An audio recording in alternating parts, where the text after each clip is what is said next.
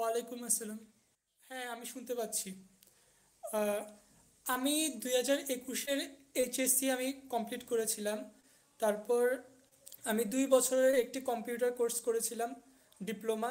তারপর আমি আপনাদের কাছে আমার সব সার্টিফিকেট বা আপনি সাবমিট করি, যার যার ফলপ্রসূতে আমি আজকে মানে আপনাদের জন্যই এই ভিসাটা পেয়েছি, যার জন্য আমি আপনাদেরকে ধন্যবাদ জানাতে আমি নিউক্যাসল ইউনিভার্সিটিতে যাচ্ছি, যেটা নিউক্যাসল সিটিতে অবস্থিত। এবং আমি ফার্স্ট ইয়ারে 20% স্কলারশিপ পাচ্ছি, আর আমার ডিগ্রি কোর্স হচ্ছে ইনফরমেশন। এটা খুবই ইন্টারেস্টিং একটা বিষয়। আমি কখনোই ভাবতে পারি না যে আমি ভিসা পাবো, যেহেতু অস্ট্রেলিয়া ভিসা আমি শুনতেছিলাম যে কমিয়ে দিচ্ছে বা কিছু।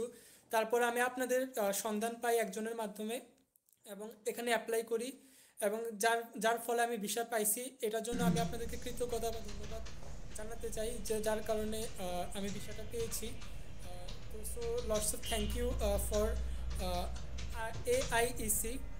এটাই আমার বলার ছিল আর কি। আচ্ছা, যারা অস্ট্রেলিয়াতে স্টুডেন্ট বিষয়ের জন্য যেতে চায় আর কি, সামনে ইনটেক আছে বা জুলাই ইনটেক আছে 2025 বা পরবর্তীতে, তাদের জন্য আপনার কি পরামর্শ থাকবে? আমার পরামর্শ থাকবে তারা আগে থেকে ডিসাইড করুক যে তারা অস্ট্রেলিয়া যাবে। এবং আমি অবশ্যই রিকমেন্ড করবো আপনাদের এজেন্সিকে, কারণ এখান থেকে আমি একটা ভালো রেজাল্ট পাইছি। যার কারণে অবশ্যই আমার রিকমেন্ডেশন থাকবে যাতে আপনাদের কাছে যায়, সব কিছু সম্পর্কে জানতে পারে, তাদের কি করা উচিত বা না করা উচিত। কারণ আমি আশা করি তারা একটা ভালো রেজাল্ট পাবে এর থেকে। ঠিক আছে অঙ্কুশ, আপনাকে ধন্যবাদ আপনার সুন্দর মতামতের জন্য।